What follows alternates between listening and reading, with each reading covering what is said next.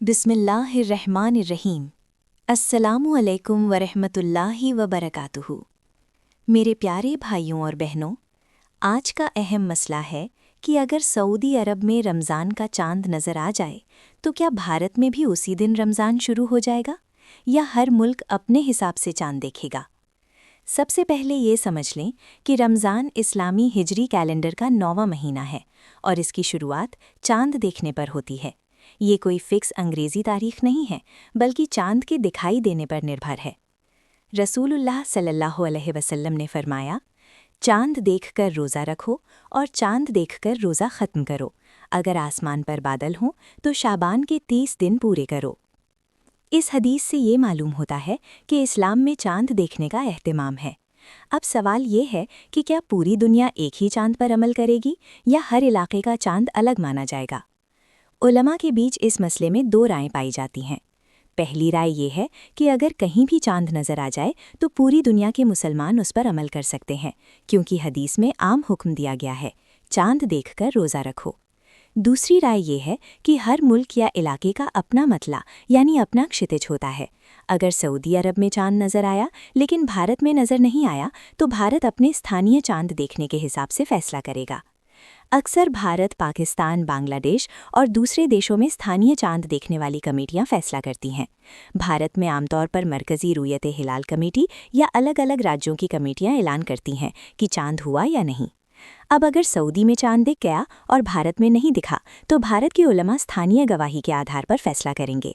अगर भारत में 29 शाबान को चांद नज़र नहीं आता तो शाबान के 30 दिन पूरे किए जाते हैं और उसके बाद रमज़ान शुरू होता है।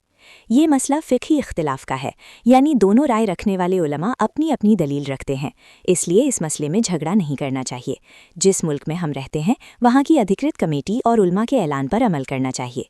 इस्लाम हमें इत्तेहाद सिखाता है, फितना नहीं।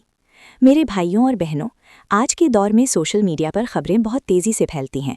लोग कहते हैं सऊदी में चांद हो गया तो हम भी कल से रोज़ा रखेंगे, लेकिन हमें अपने मुल्क के ज़िम्मेदार उलमा और कमेटी के ऐलान का इंतज़ार करना चाहिए, क्योंकि चांद का दिखना जियोग्राफिकल यानी भौगोलिक फ़र्क की वजह से अलग अलग समय पर होता है। एक जगह चांद दिख सकता है और दूसरी जगह नहीं।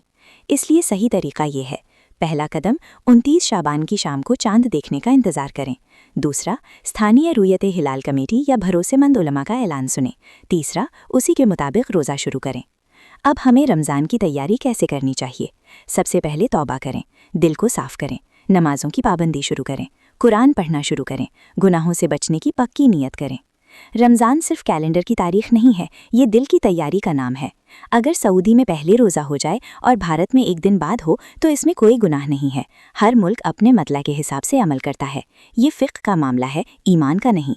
हमें एक दूसरे पर इल्ज़ाम लगाने के बजाय इत्तेहाद और अमन को बढ़ावा देना चाहिए। याद रखें, रमज़ान का असली मकसद तक़वा है, रमज़ान का मकसद सब्र है, रमज़ान का मकसद कुरान से जुड़ना है, रमज़ान का मकसद अपने अंदर की बुराइयों को ख़त्म करना है। अगर हम चांद के मसले में उलझ कर लड़ते रह गए और रमज़ान की रूह को भूल गए तो ये हमारी नादानी होगी। आखिर में दुआ करें, ए अल्लाह हमें सही समझ अता फरमा, हमें उलमा की रहनुमाई में चलने की तौफ़ीक़ दे, हमारे मुल्क में इत्तेहाद पैदा कर, हमें रमज़ान की कद्र करने की तौफ़ीक़ दे, हमारी इबादत कबूल फरमा। आमीन। वमा अलैना इल्लल बलागुल मुबीन।